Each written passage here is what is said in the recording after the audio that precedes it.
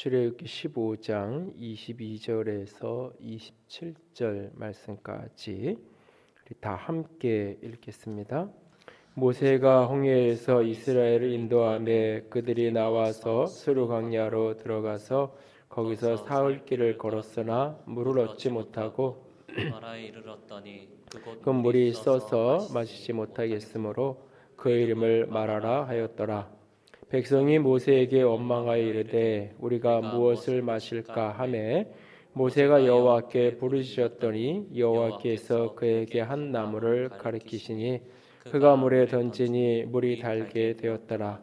거기서 여호와께서 그들을 위하여 법도와 율례를 정하시고 그들을 시험하실세 이르시되 너희가 너희 하나님 나 여호와의 말을 들어 순종하고 내가 보기에 의를 행하며 내 계명에 귀를 기울이며 내 모든 규례를 지키면 내가 애굽 사람에게 내린 모든 질병 중 하나도 너희에게 내리지 아니하리니 나는 너희를 치료하는 여호와임이라.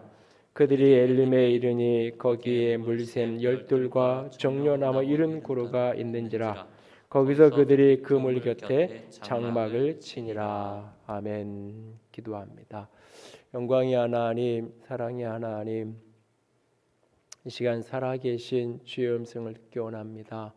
주께서 우리의 마음과 영혼을 붙들어 주시고 전심으로 주님만을 바라보며 예배하는 우리가 될 수 있도록 주님 함께하여 주시옵소서. 연약한 종을 십자가 뒤에 가려주시고 살아계신 주님만 드러나고 살아계신 주님만 말씀하시는 귀하고 복된 시간 삼아 주시옵소서. 주님만 바라고 의지하고 주님께 위탁되기만을 원하며 우리 주님 예수님 이름으로 기도드렸습니다. 아멘.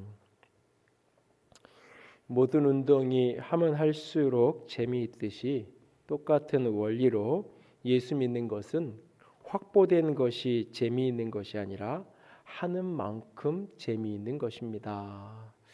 목회자가 아닌 한 사람의 신앙인으로서 어떻게 살아야 할지를 씨름하던 30년 전 대학 시절 저를 붙들어 주었던 박영수 목사님의 구원 그 이유라는 책에 나와서 만났던 한 문장입니다. 그리스도인은 내가 확보한 어떤 것 때문에 행복하고 즐거운 것이 아니라 그것을 넘어서서 오늘 하는 만큼 즐겁고 행복한 신앙의 여정을 살아가게 된다라고 하는 이야기인데요. 하는 만큼 재미있는 신앙생활을 해가고 계신가요? 신앙생활을 하는 만큼 그 속에서 우리가 신앙의 성숙을 경험하고 성숙을 이루어가고 계신가요? 신앙은 구원받는 것으로 끝나는 게 아닙니다. 신앙의 구원이라는 것은 신앙의 출발점입니다. 구원 그 이유를 어떻게 살아가느냐에 따라서 신앙은 굉장히 다른 차원을 경험하게 됩니다. 구원 이유를 어떻게 하느냐에 따라서 신앙의 기쁨이 하늘과 땅만큼이나 다른 차원을 경험하게 됩니다.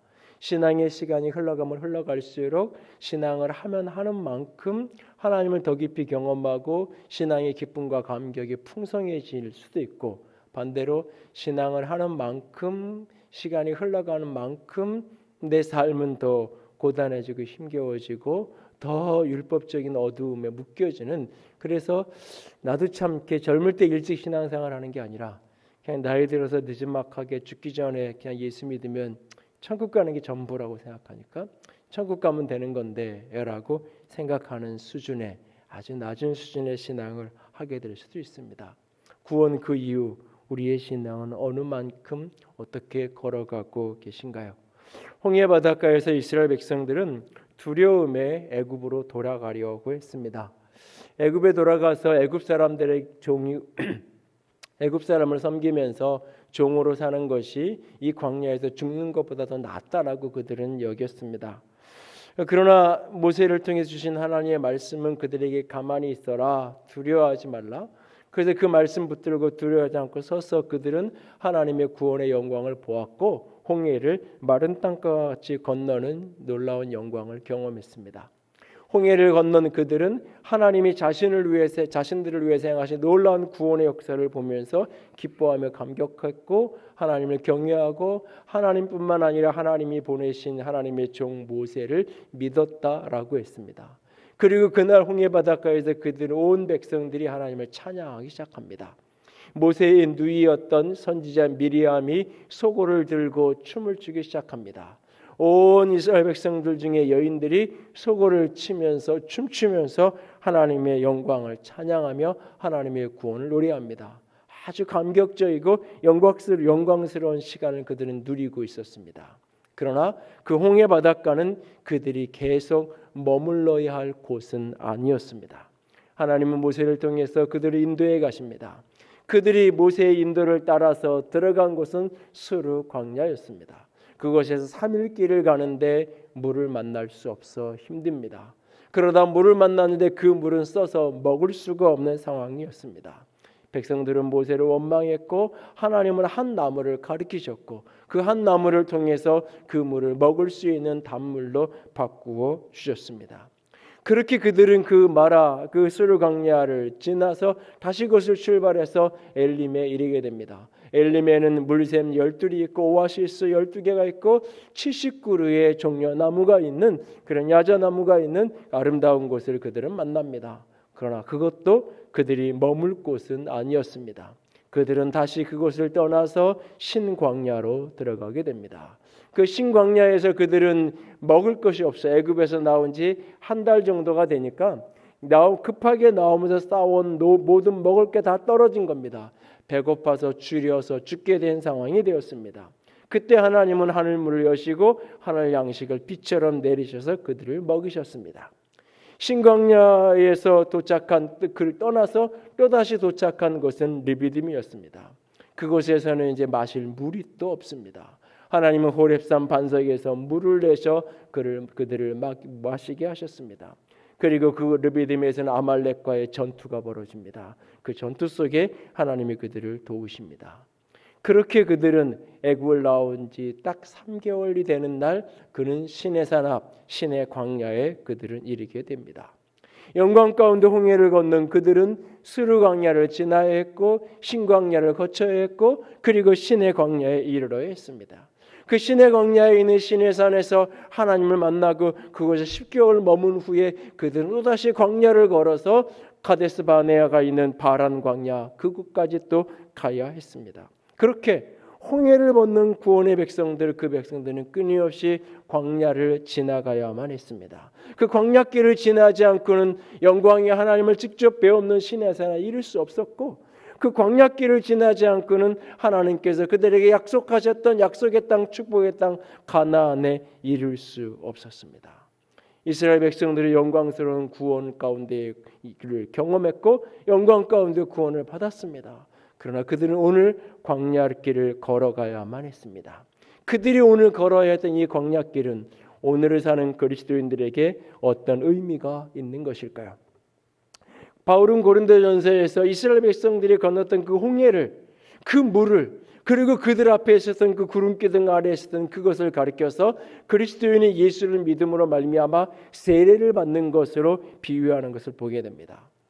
홍해를 건넌 그것은 우리가 예수를 믿어 세례를 받는 것이라면 홍해를 건너 가나안을 향해 가는 그 여정 속에 걸었던 이 광야의 삶은 구원 이후 예수를 믿고 세례받고 하나님의 백성이 된 그들이 이 땅을 살아가는 삶의 여정을 비유한다라고 할 수 있을 것입니다.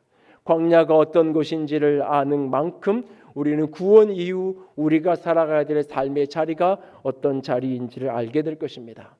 오늘 하나님의 백성들이 광야를 어떻게 걸었으며 광야를 어떻게 걸어야 하는지를 배우는 것은 오늘을 사는 그리스도인이 구원 이후의 삶을 어떻게 살아야 되는지 하는 만큼 재미있다라고 말하는 이 구원의 여정을 어떻게 살아야 구원의 여정을 살아가는 만큼 행복하고 즐거운 복된 인생의 여정, 복된 신앙의 여정을 살아갈 수 있을런지 광야를 걷는 그 길을 통해서 지혜를 얻을 수 있을 것입니다. 광야 그곳은 어떤 곳인가요? 구원 이후 그리스도인이 살아가야 하는 이 광야의 여정, 광야의 길은 어떤 길인가요? 첫 번째로 이 길은 인도받은 길입니다.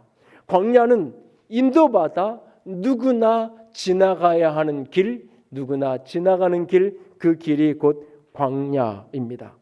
광야는 살다 보니 어쩌다 보니 어쩔 수 없어서 빠지는 함정 같은 곳이 아닙니다. 광야는 믿음이 없는 사람만 겪게 되는 어떤 길이 아닙니다. 광야는 애굽을 나온 모든 구원받은 백성들이 지나가야 하는 길, 그 길이 바로 광야입니다. 구원받은 그리스도인이 내가 구원받은 그날로 이 육체의 모든 것을 벗고 주의 영광 가운데로 나아갈 수 있다라면 우리는 광야를 걷는 것이 필요 없을 거예요. 그러나 구원받았지만 하나님의 자녀가 되었지만 여전히 우리는 이 땅을 딛고 이 세상을 살아가야 합니다. 이 세상을 사는 그 삶이 마치 광야를 걷는 것과 같습니다. 2005년 호주 시드니에서 열린 힐슨교회 힐슨 컨퍼런스를 참석했던 기억이 있습니다. 그때 함께했던 분들 가운데 당시 한국교회 차세대 리더라고 말하는 목회자 몇 분들하고 함께할 수 있는 기회가 있었습니다. 당시에 40대 후반, 50대 초반이 되었던 이름 이야기하면 대부분 아시고 설교 방송도 자주 듣고 그런 목사님들인데 같이 시간을 이렇게 한 열흘 가까이 이렇게 보내면서 많은 것들을 보고 배우고 느낄 수 있는 소중한 시간이었습니다. 특별히 그 시간을 통해서 느낀 것 하나는 이런저런 이야기들을 이렇게 나누는 것을 옆에서 보고 듣고 그러면서 특별히 그 행간에서 느껴지는 고민, 어려움, 그리고 이렇게 개인적으로 느끼는 이렇게 가까이서 보면서 겪는 여러 가지 일들을 이렇게 보면서 나만 힘든 줄 알았는데 나만 힘든 게 아니구나 하는 것을 깨닫던 기억이 있습니다. 제법 큰 규모 있는 제법 큰 교회를 목회하면서 살아가지만 그 나름대로 또 고민이 있고 거기에 어려움이 있고 이런 또 아픔이 있고 힘듦이 있구나. 사람이 사는 게 형편이 다르고 모양이 달라도 가는 길은 다르고 지금 서 있는 모양은 분명히 다른데 광야를 걷는 모습은 다 똑같구나 하는 생각을 했던 기억이 있습니다. 우리는 인생을 살다가 광야를 만나면 쉽게 그런 생각을 합니다. 내가 건널 길만 광야길이고 남들이 걷는 길, 다른 사람이 걷는 길은 다 비단길이 아닌가라는 생각을 합니다. 그래서 나만 왜 이런 어려움을 겪어야 하는지, 나만 또 이런 시험을 겪어야 돼, 나만 또 이런 힘든 일을 만나야 된다라고 생각하기 쉽습니다. 혹 지금 이 순간 그런 생각 속에 스스로를 힘들게 하고 있지 않나요? 나만 왜 이렇게 힘들어야 되는지, 나만 왜 이렇게 늘 인생이 끝없는 광야인지 모르겠다라고 말하고 계시는 분이 혹 계시지 않은가요? 그러나 그렇지 않습니다. 광야는 약속의 땅을 향하여 가는 그리스도인이라면 누구나 다 거쳐가야 하는 길이, 누구나 다 지나가야 하는 길이 그 광야입니다. 본문 22절 말씀을 보면 홍해를 떠난 그들이 자기 마음대로 간 게 아니에요. 하나님의 종 모세가 인도했고 그 인도하심을 따라간 곳이 어디냐? 스루 광야였다라는 사실이에요. 그 광야는 하나님의 사람의 인도하심을 외면하고 내 마음대로 내가 가고 싶은 대로 갔더니 그것이 광야였더라. 이것이 아닌 거예요. 인도를 받아서 따라갔는데 그 자리가 광야의 자리였다라는 사실이에요. 처음 애굽에서 나오던 그 길도 광야였어요. 사실은. 홍해바다 앞에서 뒤에 쫓아오는 애국 군대를 보면서 두려워 떨던 그것도 사실은 광야였어요. 그렇게 그들은 수르 광야를 지나 신광야를 지나 시내 광야를 지나 그리고 바람 광야를 지나서야 그 너머에는 가나안 땅에 이르게 될 수 있었던 거예요. 가나안으로 향하는 여정은 끊임없이 광야 여정인 거예요. 그 길은 내 맘대로 걸어서 자초한 길이 아니라 인도를 받았는데 그 길이 광야의 길이라는 사실이에요. 여러분, 예수님이 세례받던 장면을 한번 떠올려 보십시오. 예수님이 세례를 받고 물에서 올라오는데 하늘이 열리고 하늘에서 음성이 들리잖아요. 이는 내 사랑하는 아들이요 내 기뻐하는 자라고 하나님의 그의 삶을 응원하시잖아요. 그리고 열린 하늘문을 통해서 성령이 비둘기같이 내리는 것을 예수님이 보았다고 했어요. 그냥 성령이 나와 함께 하셔 이게 아니라 성령이 비둘기의 형상으로 내리는 것을 예수님이 보았어요. 예수님이 확인했어요. 자신에게 성령이 임하시는 것을. 그리고 그 성령에 이끌려서 그는 공생의 삶을 살았어요. 근데 우리가 주목해야 될 것은 그 성령이 예수님을 이끌고 인도하시는데 그 처음으로 이끌고 가신 곳이 어디냐? 광야라는 사실이에요. 그리고 그 광야에서 예수님은 사단에게 마귀에게 시험을 받으셔야만 했던 거예요. 예수님이 성령의 인도를 받아 가신 그곳이 광야인 것처럼 오늘 그리스도인들이 구원받고 살아가는 인생의 여정이 광야의 여정이에요. 누구도 예외 없이 우리는 광야를 살아가야 해요. 그러나 기억할 수 있게 원합니다. 이 광야는 우리가 머물러야 되는 곳이 아니라 이 광야는 지나가는 길일 뿐이에요. 하나님이 우리를 인도하셔서 광야를 가요. 그러나 광야에 살라고, 광야에 머무르라고, 이곳이 내가 살 곳이다라고 광야를 인도해 가시는 것이 아니라 광야는 약속의 땅 가나안 땅을 향하여 가면서 지나가야 되는, 통과해야 되는 길이에요. 그 길을 우리 혼자 아니요 하나님과 함께.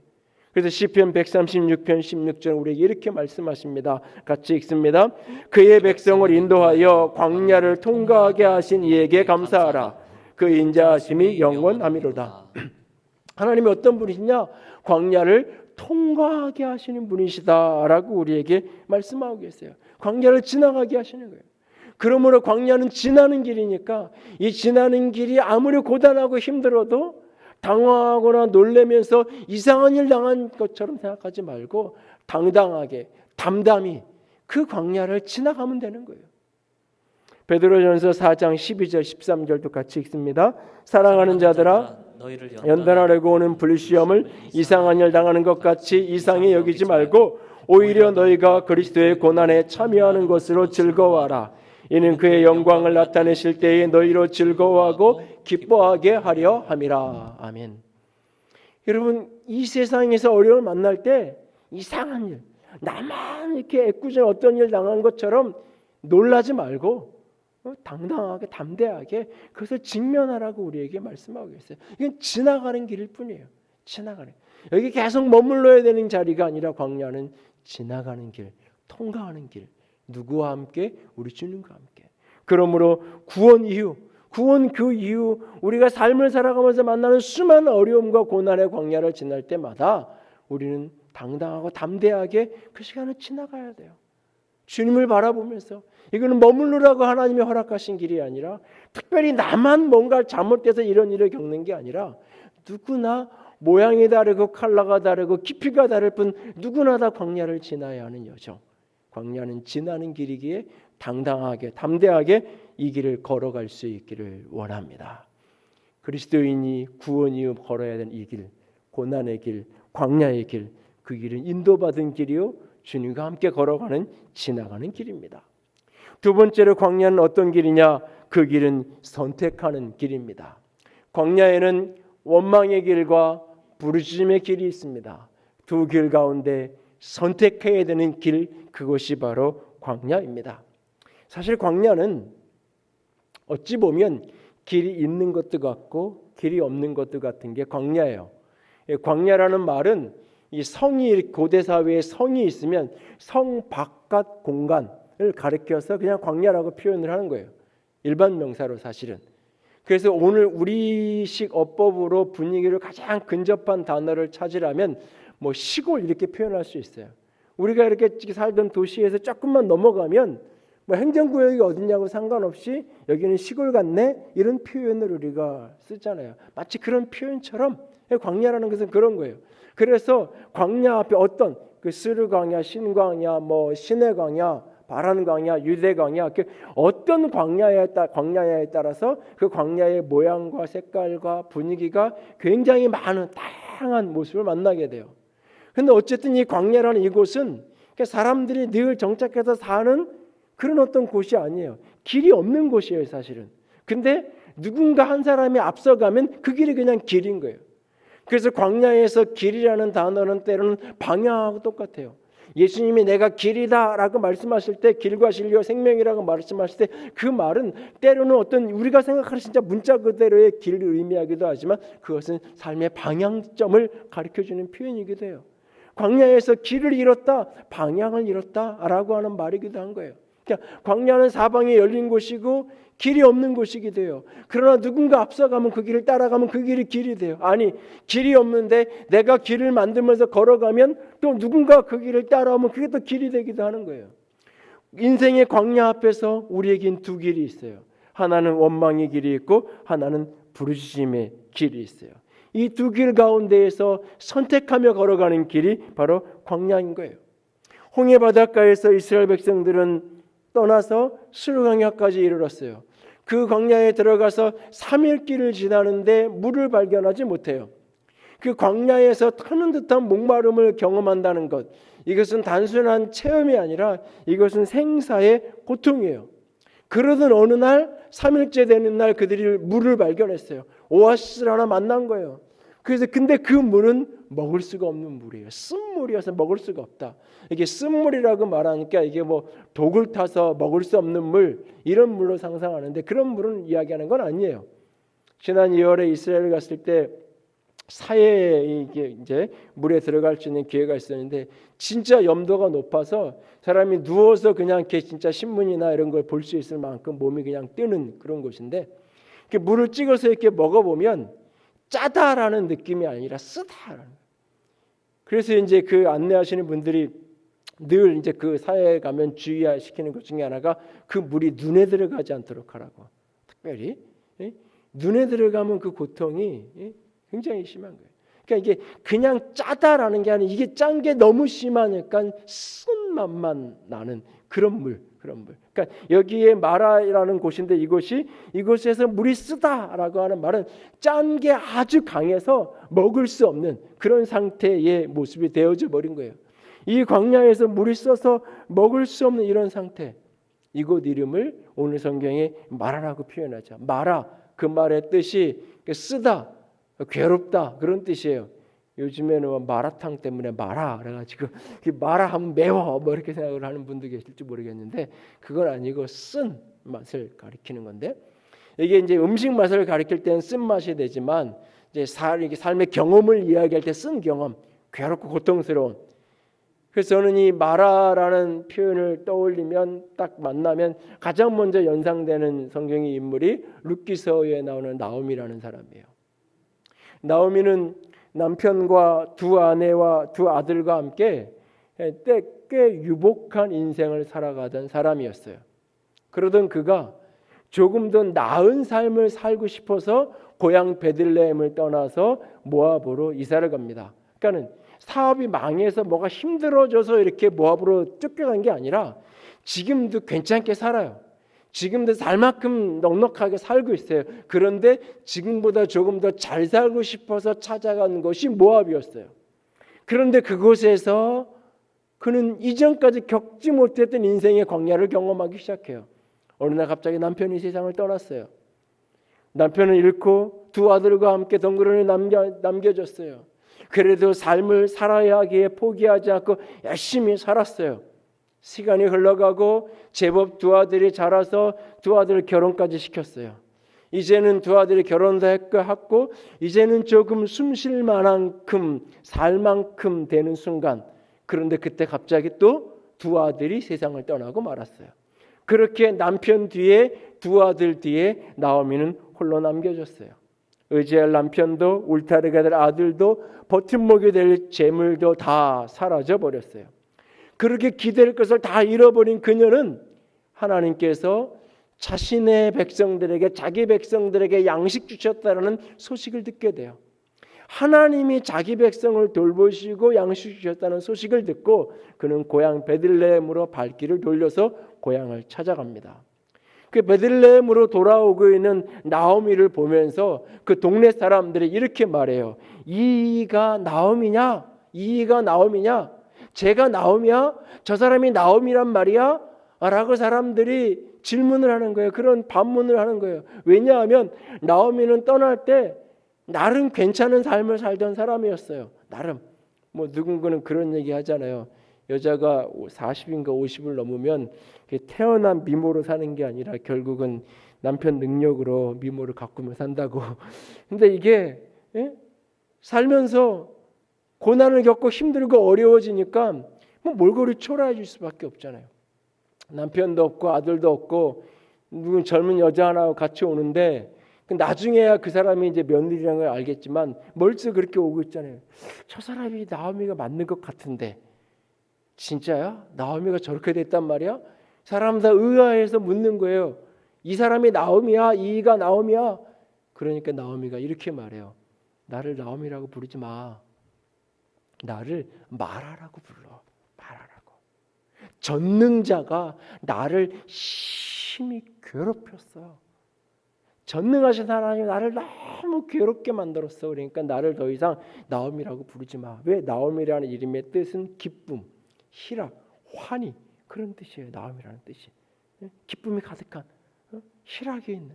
그가 베들레헴을 떠날 때는 그 이름에 어울리는 희락이라는 기쁨이라는 이름에 어울리는 여인이었어요. 근데 돌아올 때는 나옴이란 그 기쁨이라는 이름하고 너무 안 어울리는 몰골이 된 거예요. 그러니까 나를 마라라고 불러라고 이야기하는 거죠. 근데 어찌 나오미만 인생의 괴로움을 겪겠습니까? 우리도 살다 보면 예외 없이 나오미와 같은 인생의 마라를 겪게 되지 않나요? 그리스도인이라고 코로나 바이러스가 피해가나요? 그리스도인 자녀라고 대학 입시 앞에 실패 없이 다 합격을 하나요? 그리스도인이라고 손대는 사업마다 다 대박이 나고 손대는 사업마다 잘 되나요? 그렇지 않잖아요. 내가 그리스도인이지만, 내가 구원받았지만, 하나님의 자녀가 됐지만 여전히 우리는 인생길 광야 어느 곳에서 마라의 쓴물을 경험할 때가 있어요. 쓰디쓴 마라의 고통을 만날 때가 있어요. 바로 그 순간 우리는 선택해야 돼요. 두 길 가운데. 광야에서 만난 그 마라의 쓴물 앞에 이쪽 길은 원망의 길이고 이쪽 길은 부르심의 길이에요.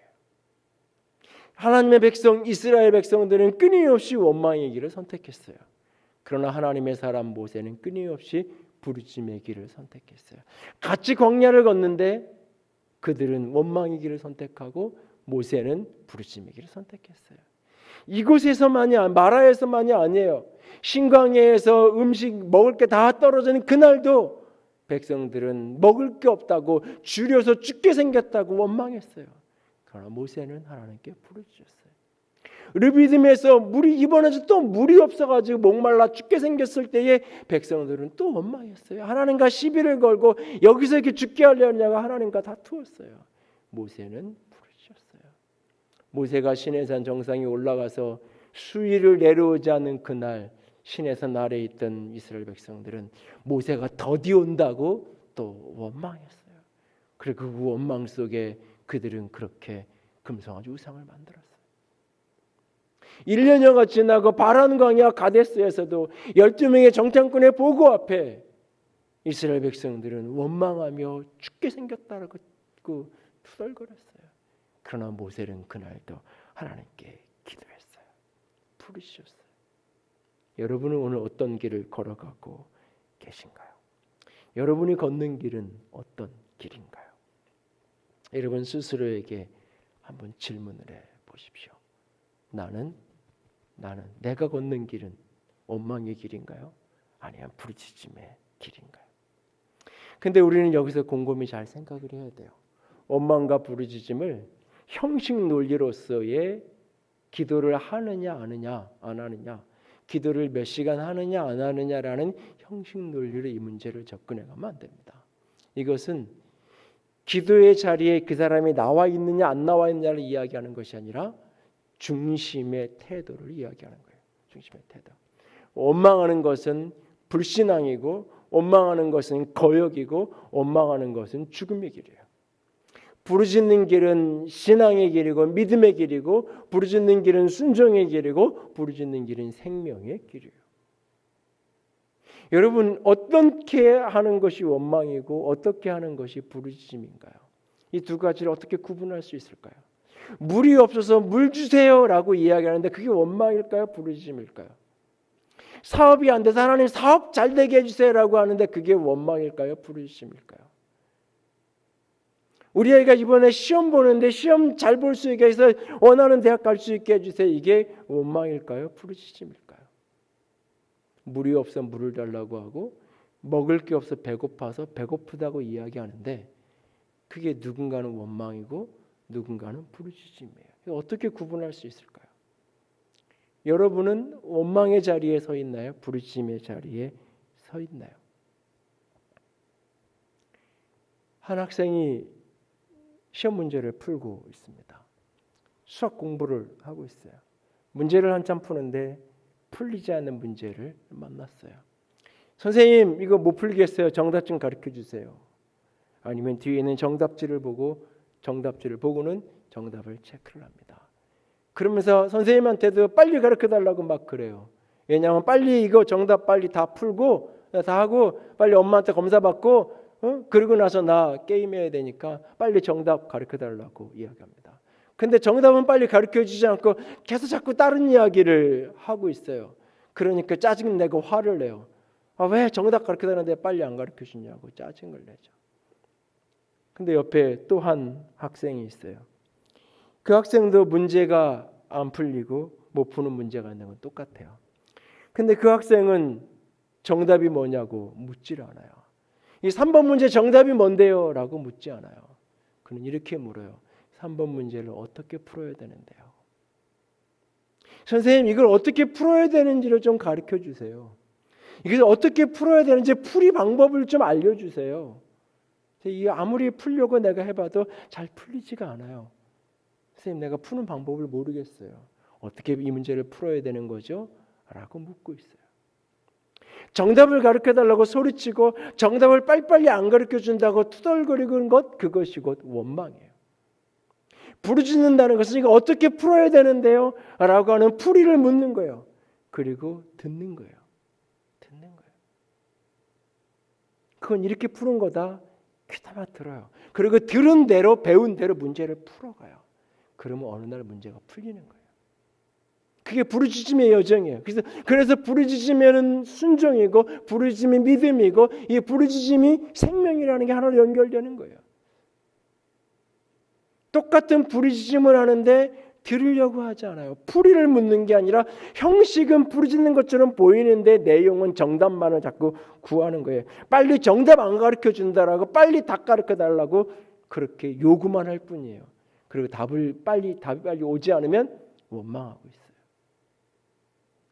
우리가 혹시 그렇지 않은가요? 백성들은 왜 어째서 여기에게 쓴물을 주시냐고, 단물을 줘야지 먹을 수 없는 물을 왜 주냐고 원망하죠. 모세는 하나님 어떻게 해야 되는데요? 부르짖어요. 하나님이 한 나무를 보여주세요. 그 나무를 보여준 나무를 잡아다가 그 나무를 던지니까 그 쓴물이 단물로 마실 수 있는 물로 바뀌어졌어요. 그리고는 하나님께서 오늘 본문의 25절 하반절에서 26절까지는 본문의 문맥하고 어울리지 않는 이야기를 하세요. 갑자기 하나님이 내가 내게 법도와 율례를 정하여 주고는 이걸 지키라고, 이 말을 잘 듣고 지키면, 귀 기울여 지키면 순종하면 너희들이 애굽 사람들에게 내렸던 질병을 하나도 내리지 않을 거라고, 나는 너희를 치료하는 하나님이라고 말씀하세요.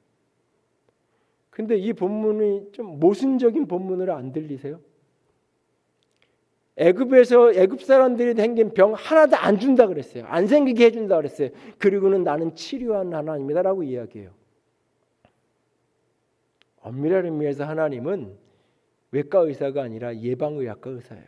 사실은 어떻게 하면 병에 들지 않을 수 있는지를 하나님이 가르쳐 주시는 거예요. 미리. 그리고는 그 가르쳐 주는 거예요. 그대로 하면 병들지 않는다고. 애굽 사람들 걸렸던 병 하나도 너에게 걸리지 않을 거라고 말씀하세요. 그리고는 내가 치료하는 하나님이라고 당신을 소개하세요. 이 말씀을 하시는 이유가 뭐냐면, 하나님은 지금 부르짖는데 그냥 하나님이 해줄 때까지 때만 쓰는 것, 그게 부르짖음이라고 말하지 않는다는 거예요. 부르짖으면 그 자리에 들음의 자리가 있는 거예요. 하나님 어떻게 풀어야 되는데라고 묻는 거예요. 정답만 가르쳐 주세요. 난 푸는 과정 필요 없고 내가 일일이 푸느라고 고생하고 싶지도 않고 그냥 답만 알려주세요. 그냥 병만 낫게 해주세요. 이 사업이 대박만 나게 해주세요. 좋은 결과만 달라고 자꾸 하나님께 때를 쓰고 기도하고 있는 거예요. 그게 바로 원망이에요. 그런데 안 돼.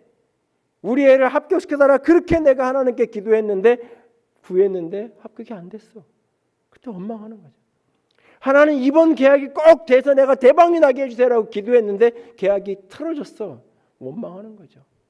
하나님 이 병을 좀 고쳐주세요라고 기도했어. 근데 병이 더 심해져. 원망하는 거죠. 심지어는 방언받게 해주세요라고 기도했는데 방언이 안 되니까 원망해요. 그리고는 저를 찾아와서 목사님이 기도 안 해줘서 방언이 안 된다고 그러면서 나한테 항의를 하는 이야기를 들은 적도 있는데 그분은 차라리 솔직한 분이에요. 많은 분들이 하나님에게 대놓고 뭐 원망 못하니까 목사에게 원망하잖아요.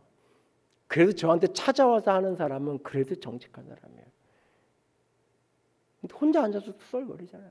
하나님께 못하니까 사람이라도 누구라도 찾아서 그게 부모이기도 하고 누구이기도 하고 안 되면 대통령이라도 가가없이 원망하잖아요. 왜 결과만 가져오라는 얘기예요. 풀이를 묻는 게 아니라 부르짖는다는 것은 결과를 요구하는 게 아니에요. 그래서 여러분 두 길이 있는데 이쪽이 원망의 길이고 부르짖음의 길이다. 우리는 부르짖음의 길을 가야 된다라고 말하면 대부분의 그리스도인은 나는 원망하지 않아라고 생각해요. 그 대부분의 그리스도 내가 기도를 조금 더 해야 되겠다. 기도 시간을 조금 더 늘려야 되겠다. 이 정도로 생각해요. 내가 길 자체를 바꿔야 된다고 잘 생각하지 않아요. 왜? 나는 원망의 길을 걷지 않아. 나는 부르짖음의 길을 걸어가고 있는데 이 길을 좀 열심히 안 가는 것뿐이지. 이 길을 최선을 다하지 않는 것뿐이지. 내가 가는 기본적인 길은 나는 내 길은 부르짖음의 길이야라고 착각하는 거예요.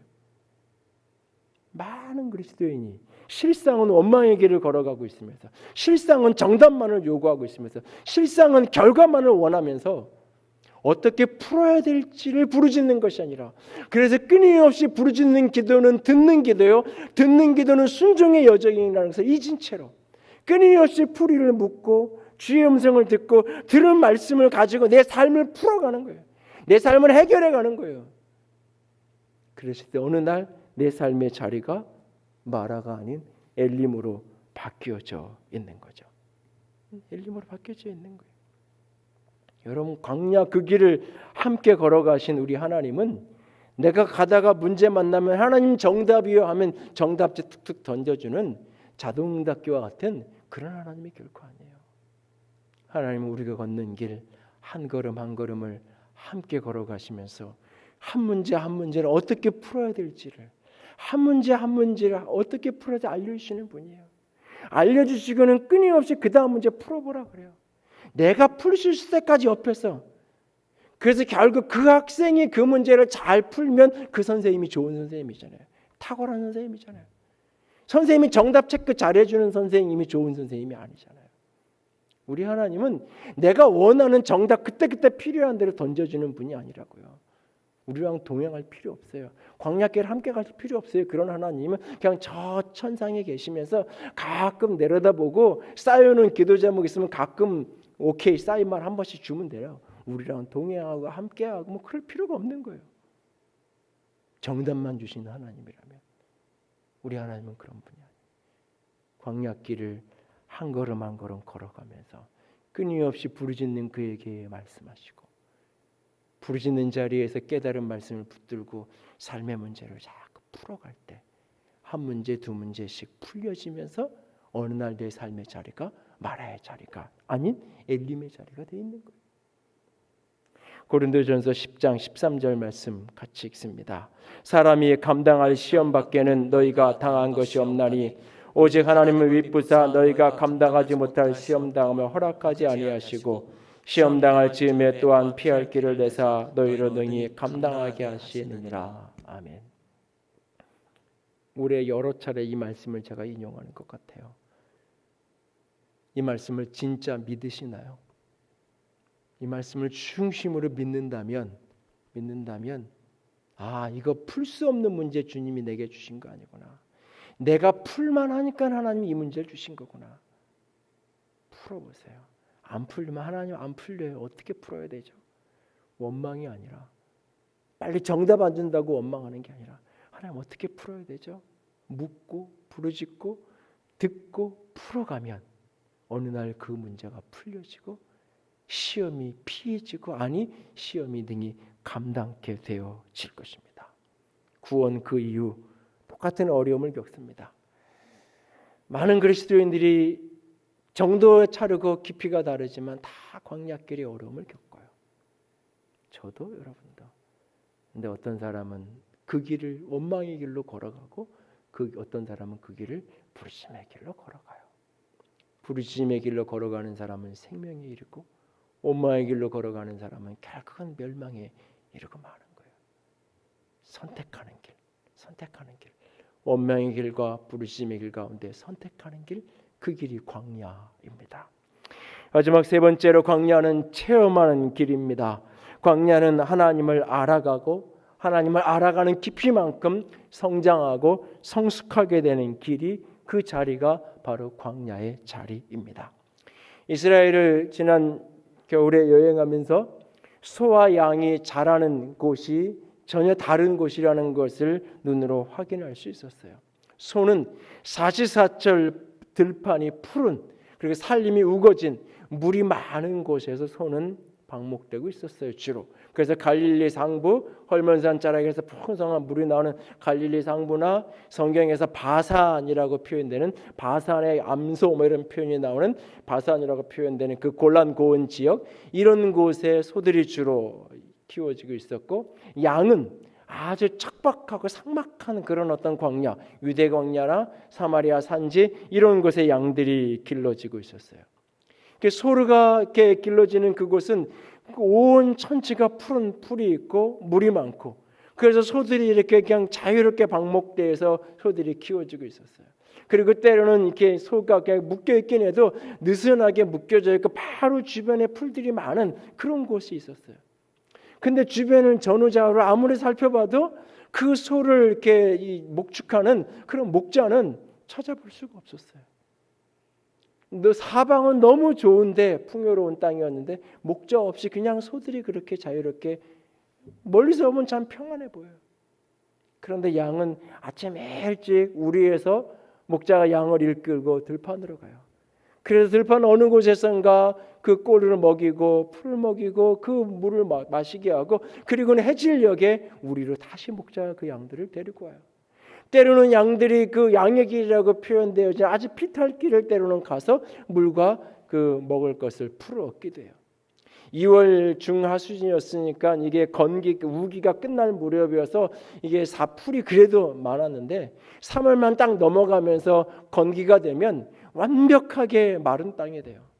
그런데 그곳에서도 여전히 양들은 길러져요. 왜? 목자가 늘 곁에 있으니까.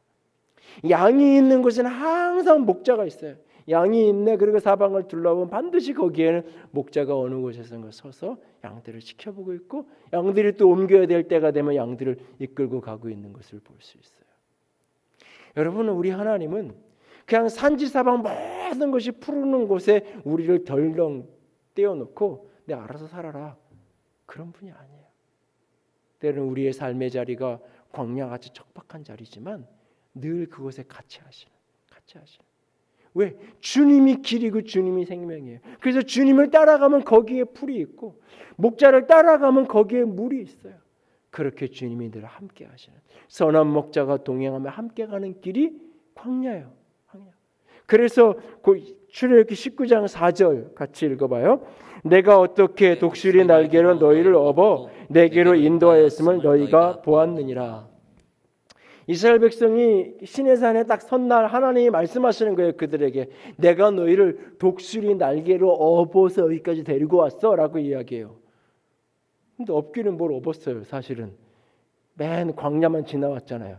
스르광야, 신광야, 뭐 쓴물 만나고 먹을 거 없고 물 없고 전쟁 겪고 그러면서 여기까지 온 거잖아요 지금. 근데 하나님은 말해요. 내가 너 업고 왔어 라고 얘기해요. 목자가 양을 돌보듯이 주님이 우리를 지키시고 돌보셨던 거예요. 그걸 시인은 이렇게 고백합니다. 시편 78편 52절에서 54절 같이 읽습니다. 그가 자기 백성을 양떼같이 인도하여 내시고 광야에서 양떼같이 지도하셨도다.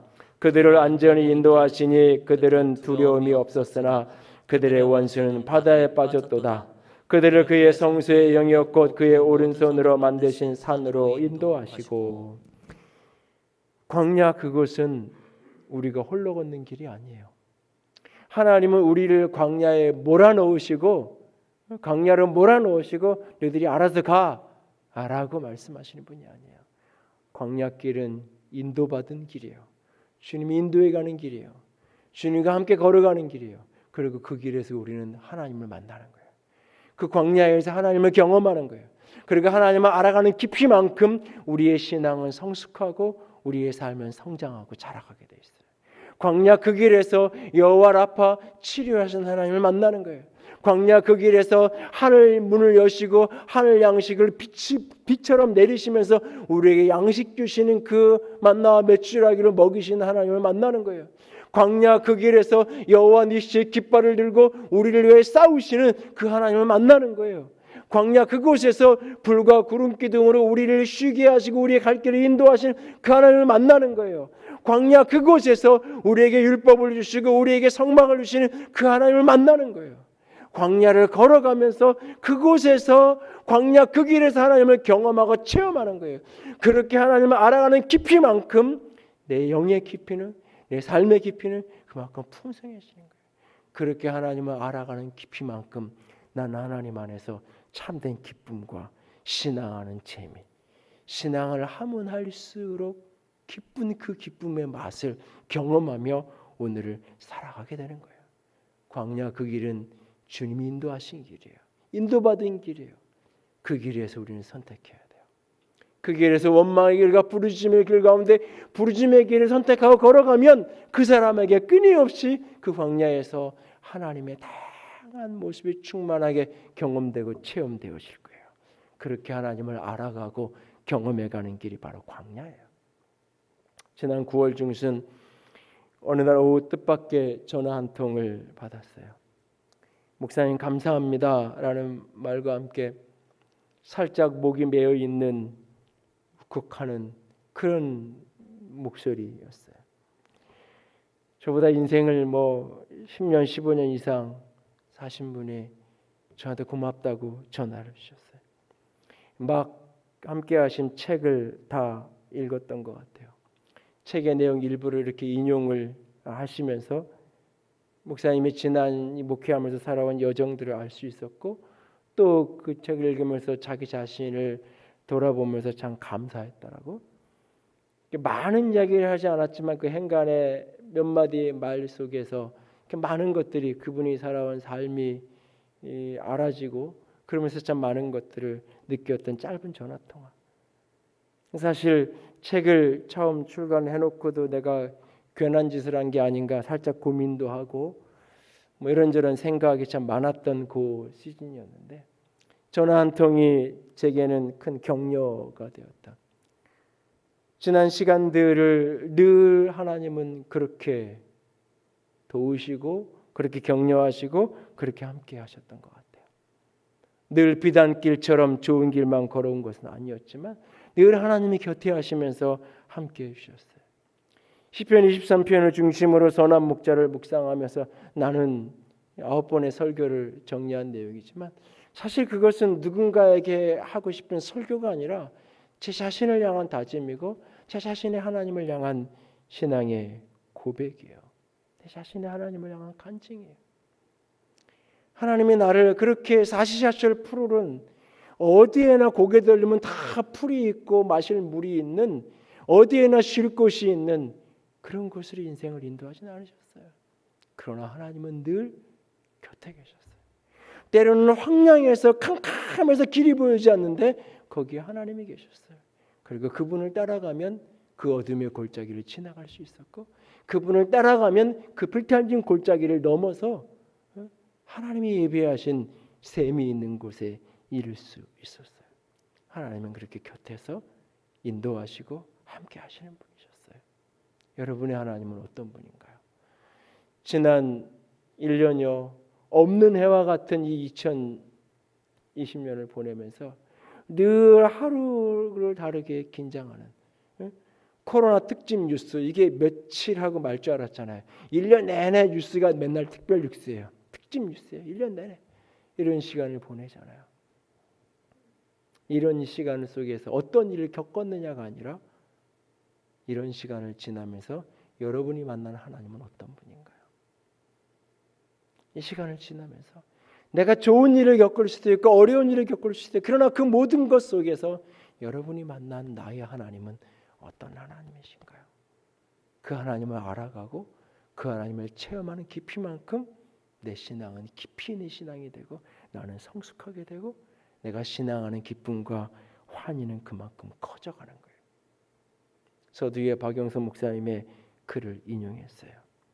예수 믿는 것은 확보된 것으로 인한 재미가 아니라, 그걸로 사는 게 아니라, 내가 이미 얻은 구원의 부유함 속에 사는 것이 아니라 오늘 하는 만큼, 오늘 살아가는 삶의 깊이만큼, 오늘 그 하나님과 동행하며 살아가는 삶의 풍성한 만큼 신앙의 재미는 누려지는 거라고요.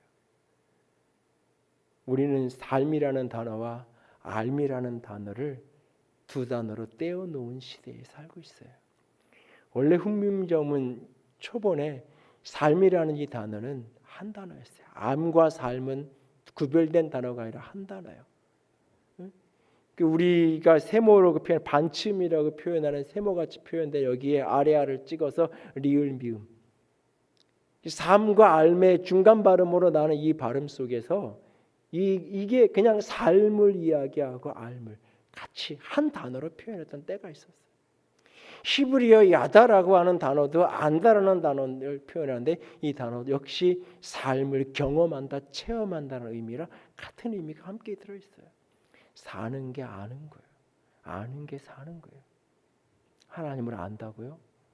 하나님을 공부해서 안다고요? 하나님을 연구해서 안다고요? 하나님의 이름 여호와 라파부터 여호와 이레부터 수십 가지를 외워서 성경을 분석해서 내가 안다고요? 아니요. 그거는 배운 거예요. 공부한 거예요. 그냥 지식을 가져 있는 거예요. 광야길을 그분과 함께 걸어가는 사람만이 그 길 속에서 삶의 체험으로 하나님을 아는 거예요. 그래, 진짜 여호와 하나님이 여호와니시지. 그분이 진짜 나를 양식 주시는, 만나를 주시는 그 하나님이지. 진짜 그 하나님의 여호와 라파, 나를 치료하시는 분이야. 그분이 진짜 여호와 일에 나를 위해 예비하시는 분이야. 주님과 동행하면서 광야길 그 길을 함께 걸어가면서 그 하나님을 경험하고 체험하고 알아가는 저 여러분이 될 수 있기를 원합니다.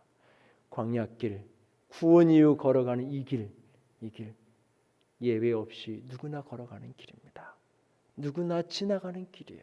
왜? 이 길은 인도받아 가는 길이기 때문에. 그 길에서 늘 우리는 선택해야 돼요. 믿음 좋은 사람에게만 선택의 자리가 있는 게 아니에요. 누구도 예외 없이 한 길은 원망의 길이고 한 길은 부르심의 길이에요. 선택의 몫은 내 몫이에요. 내 몫이에요. 내가 어떤 길을 선택하느냐가 이 구원 이후의 내 삶이 고통과 고난과 절망의 연속일 수도 있고, 환경에 상관없는, 환경을 뛰어넘는 기쁨과 감격 속에 걸어가는 여정일 수 있어요. 원망의 길을 가려는지 부르심의 길을 가려는지 선택하십시오. 그리고 그 길에서 우리는 부르심의 그 길에서 하나님을 더 깊이 경험하게 될 것입니다. 그 하나님과 함께 걷는 저와 여러분이 될 수 있기를 주님의 이름으로 부탁을 드립니다. 함께 찬양합시다.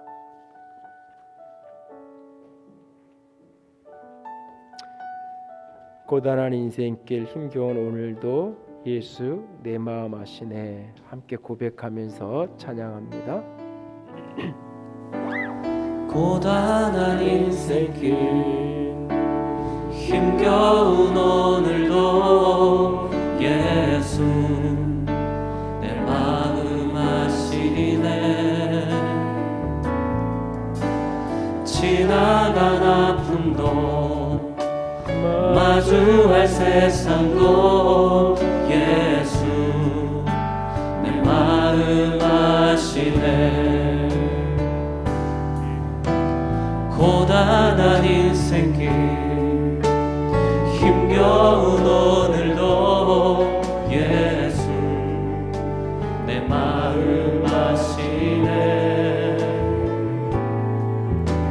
지나간 아픔도 마주할 세상도 예수 내 마음 아시네. 믿음의 눈 들어 주를 보리. 이 또한 지나가리라. 주어진 내 삶에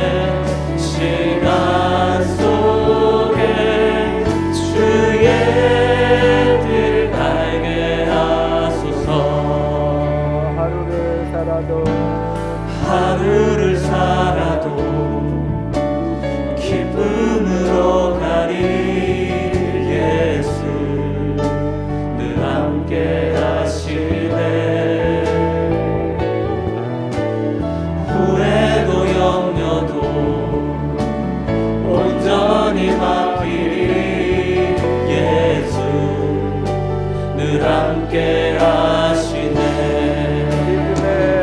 믿음의 눈 들어 주를 보리. 이 또한 지나가리라. 주어진 내 삶의 시간 속에 주의 뜻 알게 하소서.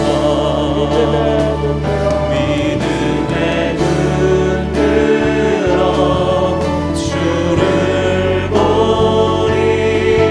이 또한 지나가리라. 주어진 내 삶의 시간 속에 주의 뜻 알게 하소서.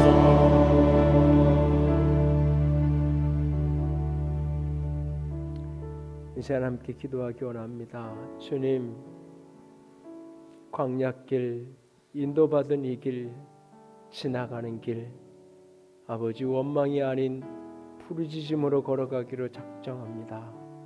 아버지, 이 길에서 하나님을 깊이 만나고 체험하며 하나님을 더 깊이 알아가는 풍성함이, 성숙함이 가득하기를 원합니다.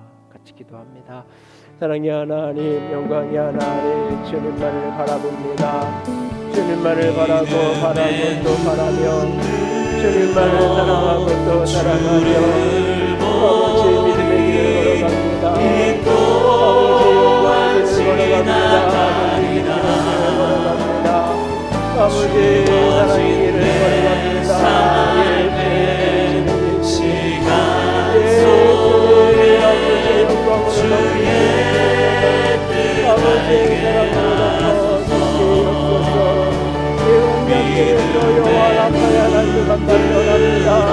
여호와를 시험을 만나기 원합니다. 우리가 구름으로 인도하지 만나기 원합니다.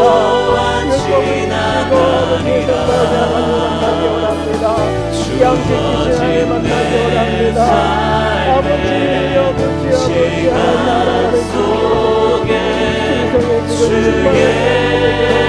아버지의 뜻대로 주시옵소서. 생명의 부요함을 아름다움으로 붙들어 주시옵소서.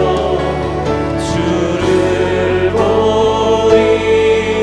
이 또한 지나가리라. 주어진 내 삶의 시간 속에 주의 뜻 알게 하소서.